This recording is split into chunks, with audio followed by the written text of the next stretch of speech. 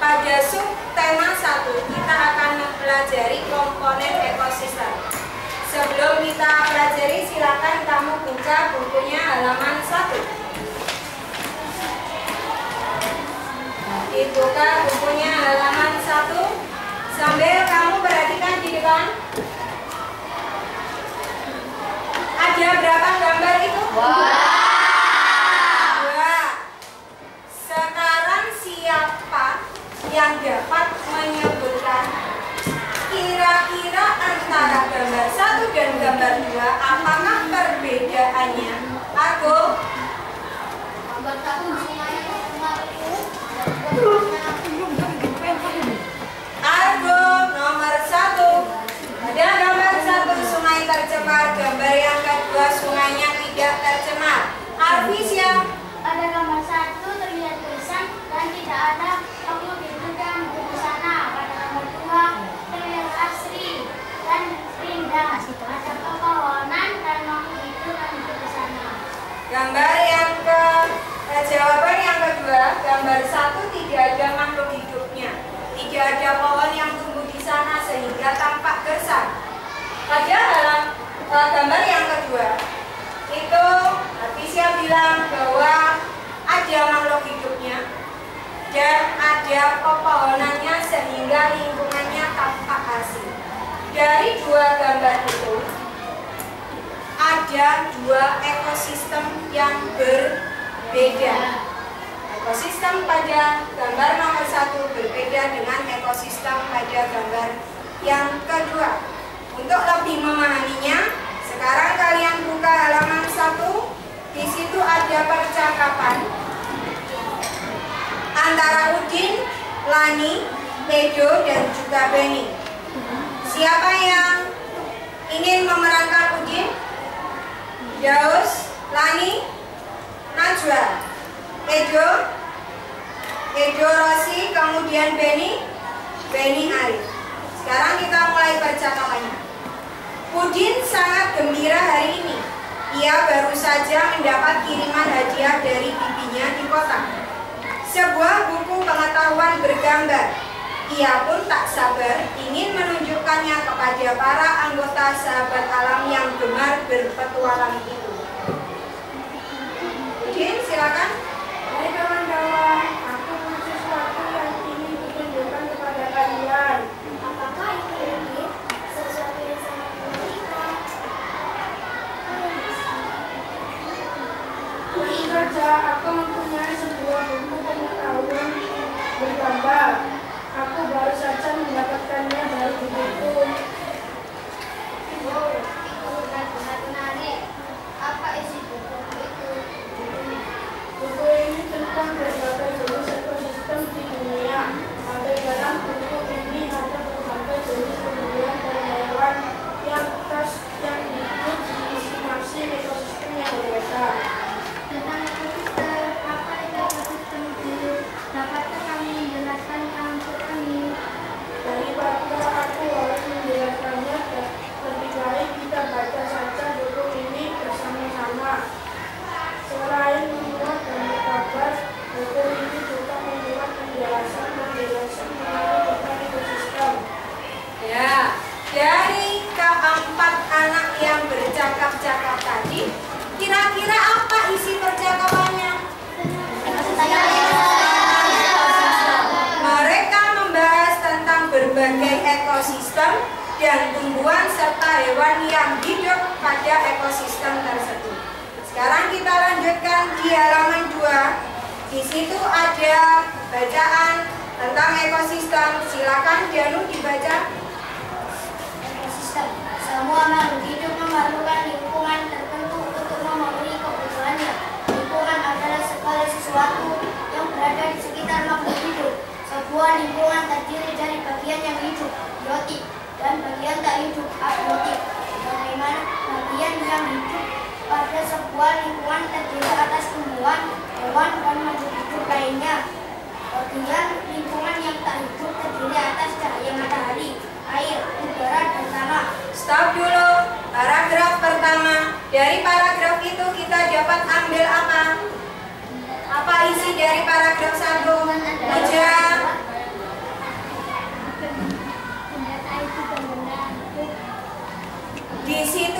menjelaskan tentang benda hidup dan benda tak hidup. Sebelumnya ada apa itu?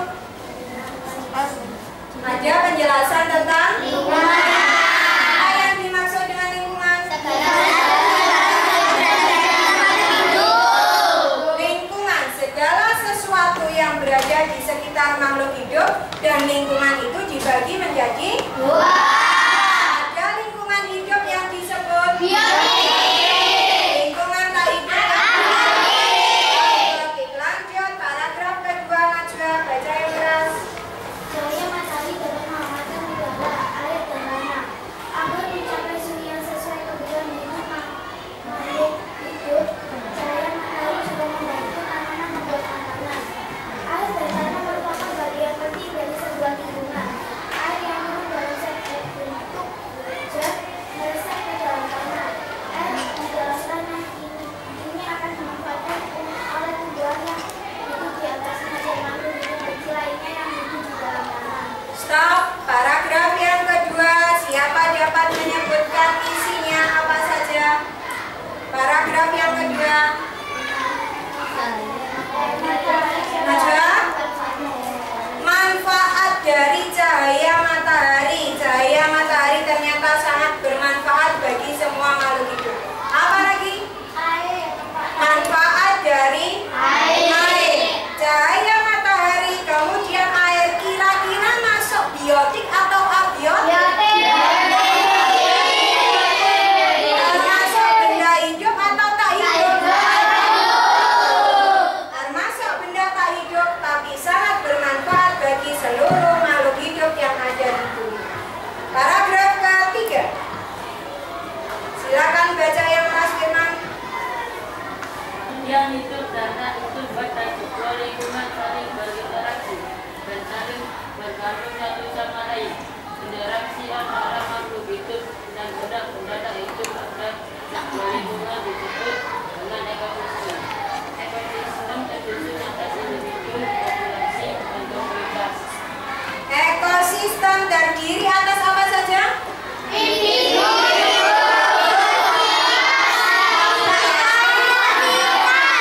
Komunitas. Ketiga komponen ekosistem ini saling berinteraksi, saling berhubungan, saling membutuhkan.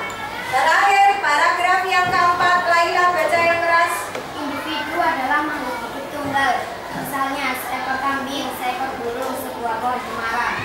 Tempat individu tinggal disebut dengan habitat. Populasi adalah kumpulan individu sejenis yang menempati suatu daerah tertentu.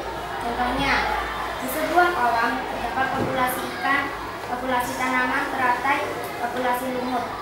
Sedangkan komunitas adalah populasi makhluk hidup di suatu daerah tertentu. Contoh komunitas adalah komunitas sungai dan komunitas pada lembah dan lumpur. Nah, di paragraf keempat dijelaskan tentang individu, kemudian ada habitat, ada populasi, ada komunitas. Afif, apa itu individu, Afif?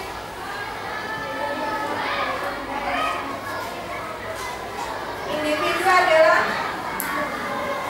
makhluk hidup tunggal. Contohnya seorang manusia, seekor hewan, sebatang tumbuhan. Kemudian yang kedua, apa itu habitat? Daus.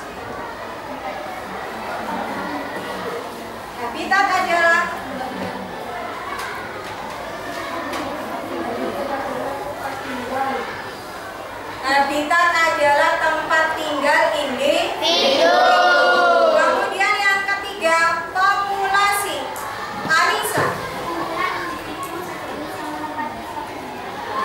Apabila ada individu yang sejenis, mereka berkumpul pada suatu tempat, maka mereka dapat disebut sebagai populasi. Terakhir adalah komunitas. Apa itu komunitas, Alwan?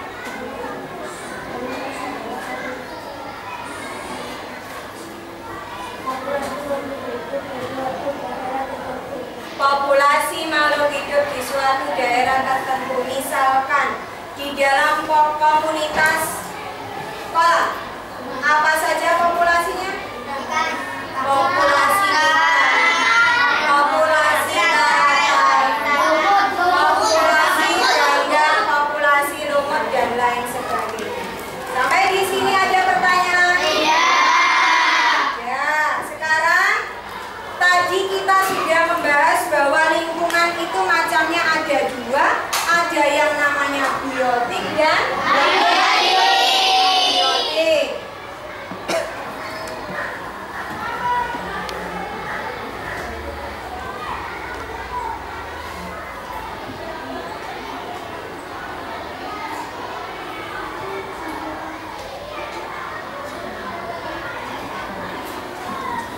Ada lingkungan biotik, ada lingkungan abiotik. Lingkungan biotik adalah lingkungan yang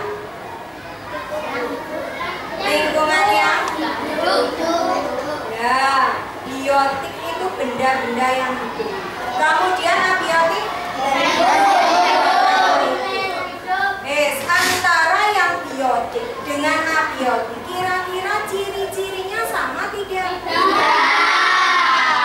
Coba dia sebutkan satu saja yang termasuk biotik. Tumbuhan. Kemudian Alvan sebutkan satu saja benda yang termasuk abiotik. Cahaya matahari. Apakah ciri-ciri antara tumbuhan dan cahaya matahari sama? Tidak. Sekarang siapa yang dapat menyebutkan ciri-ciri dari benda hidup? Dan bernafas. Manusia bernafas? Ya. Hewan bernafas? Ya. Hewan bernafas? Ya.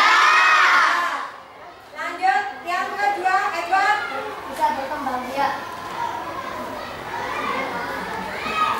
Berkembang biak. Apa sih berkembang biak itu? Memiliki keturunan. Ciri-ciri yang ketiga, Arvisya. Menemukan makanan dan minuman. Memerlukan makan dan minum. Ada lagi ciri yang lainnya? Bergerak. Apa lagi? Tambah besar. Ya. Ciri yang terakhir adalah tumbuh. Apakah dari 5 ciri biotik tadi, ya, makhluk hidup tadi, apakah dimiliki oleh abiotik? Jadi sekarang kamu apakah bisa membedakan antara biotik dan abiotik? Bisa. Sekarang dibuka halaman 5 bukunya. Di situ kembali terjadi percakapan antara Edo, Udin, Lani, dan Benny. Silakan dibaca. Edo.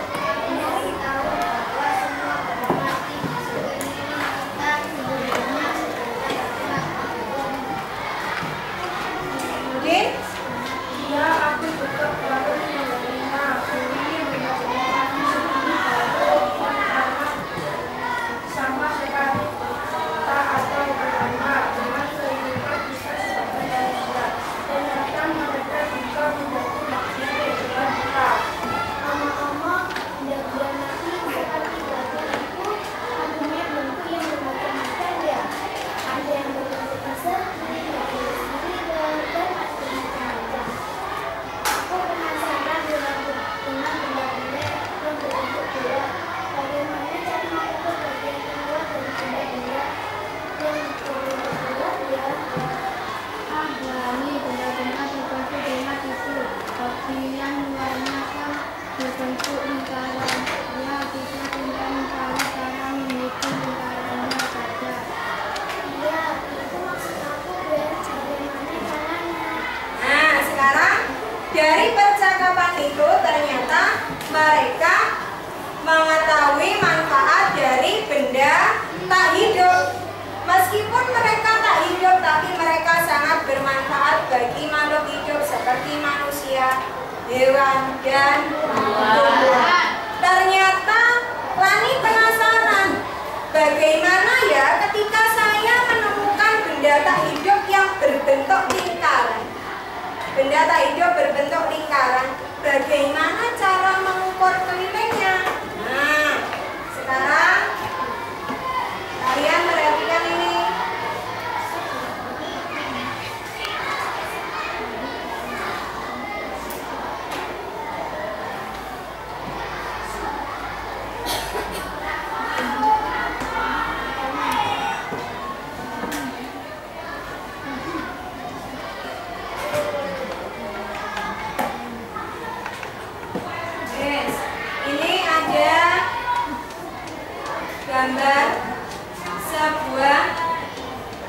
Sebuah lingkaran.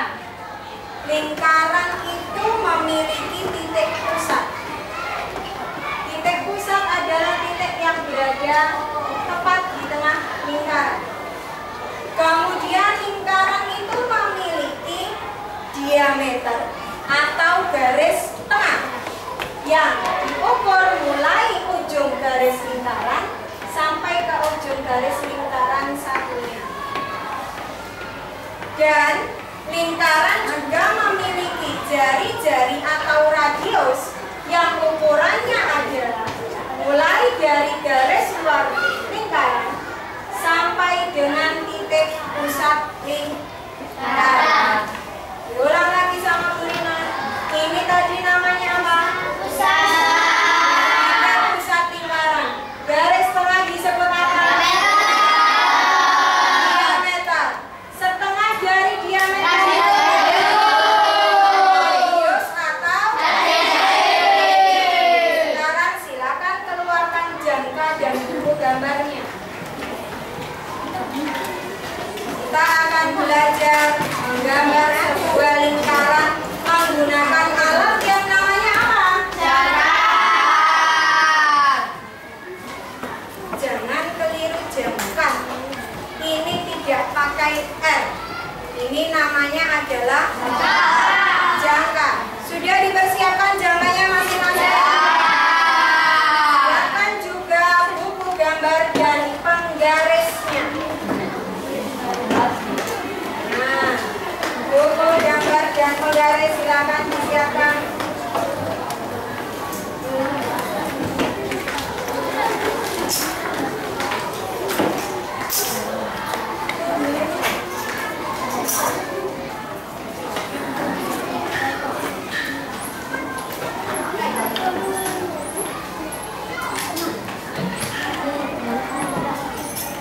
Ya. Sekarang dengarkan sebentar. Jangka, silakan dilihat bagian-bagiannya. Ada bagian ujung yang diberi jarum dan ada bagian ujung yang kalau miliknya Bu Rina diisi dengan spidol, tapi milikmu diisi dengan Sekarang silakan dilihat gambarnya.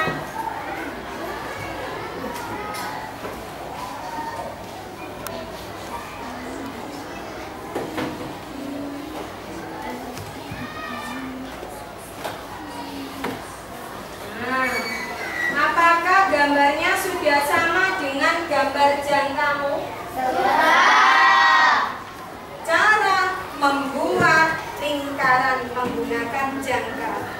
Misalkan Bu Rina ingin membuat lingkaran dengan jari-jari 5 cm, maka ujung jarumnya ditempelkan pada angka 0 dan ujung yang lainnya ditarik sampai menuju 5 cm. Karena jangkanya Bu Rina besar, maka Bu Rina akan coba membuat dengan jari-jari 30 cm. Ya, pada ujung silakan ditempelkan pada angka 0. Kemudian ujung yang lainnya ditarik sampai dengan menunjukkan angka jari-jari. Nih, Bu Rina menggambar dengan jari-jari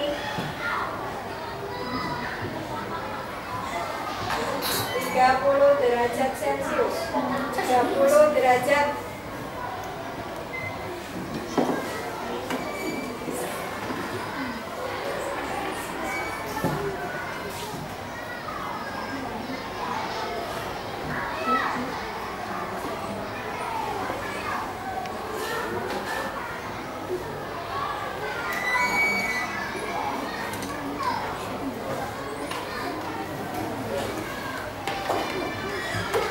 itu adalah cara menggambar lingkaran dengan menggunakan alat yang diberi nama jangka. Sekarang silakan masing-masing dari kalian membuat lingkaran yang besarnya atau jari-jarinya adalah 5 cm dan jari-jari 5 cm dan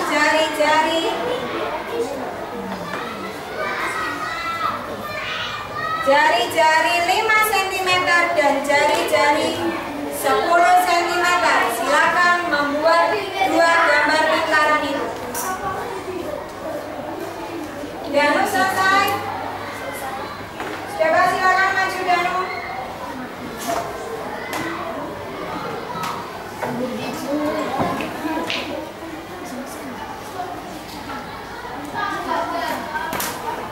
Coba dilihat. Ini adalah hasil gambarnya Danu yang telah membuat lingkaran dengan jari-jari 10 cm. Apabila jari-jarinya 10 cm, maka berapakah diameternya? 20. Bagaimana kamu tahu diameternya 20? Dikali 2. Silakan duduk Danu. Nah, sekarang kalian sudah bisa membuat gambar lingkaran. Sekarang kita coba menghitung keliling lingkaran dengan menggunakan rumus.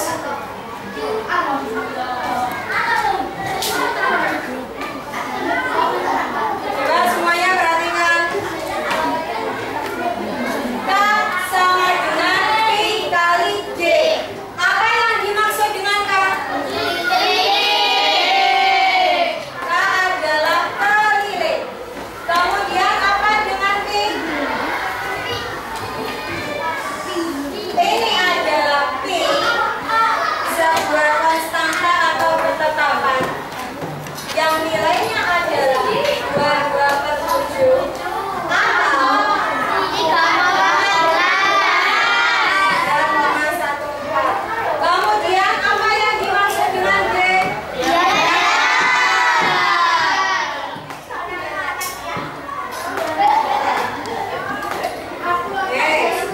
Kenapa di sini ditulis Pi-nya ada 2 macam?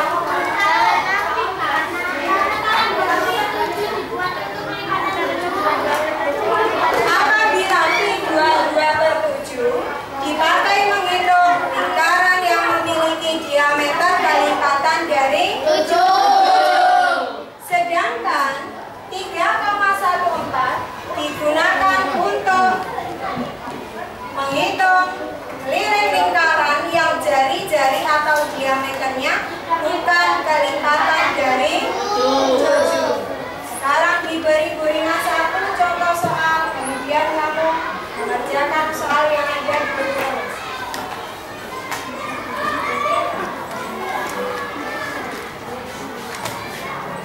Apabila diketahui diameternya adalah 7 cm, maka berapakah kelilingnya? Keliling bisa kamu hitung dengan rumus ini. Pi dikali diameter. K sama dengan Pi kali D. Kalau diameternya 7, kita pakai Pi berapa? Supaya lebih mudah menghitungnya. 22/7 dikali berapa ya? 7 dibagi 2,2 cm.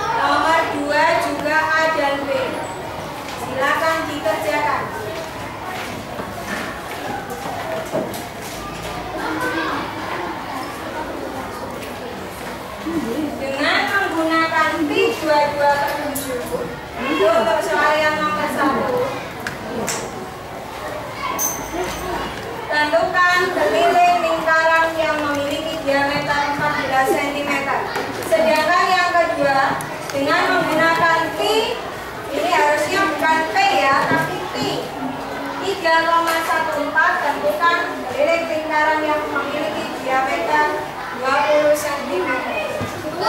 Ya, nomor 1 ada yang selesai? Sudah.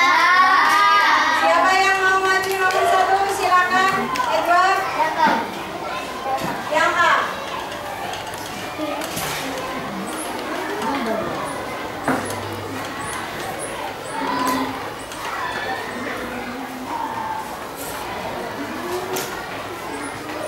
Yang mau maju nomor 2 siapa? Halima, silakan maju.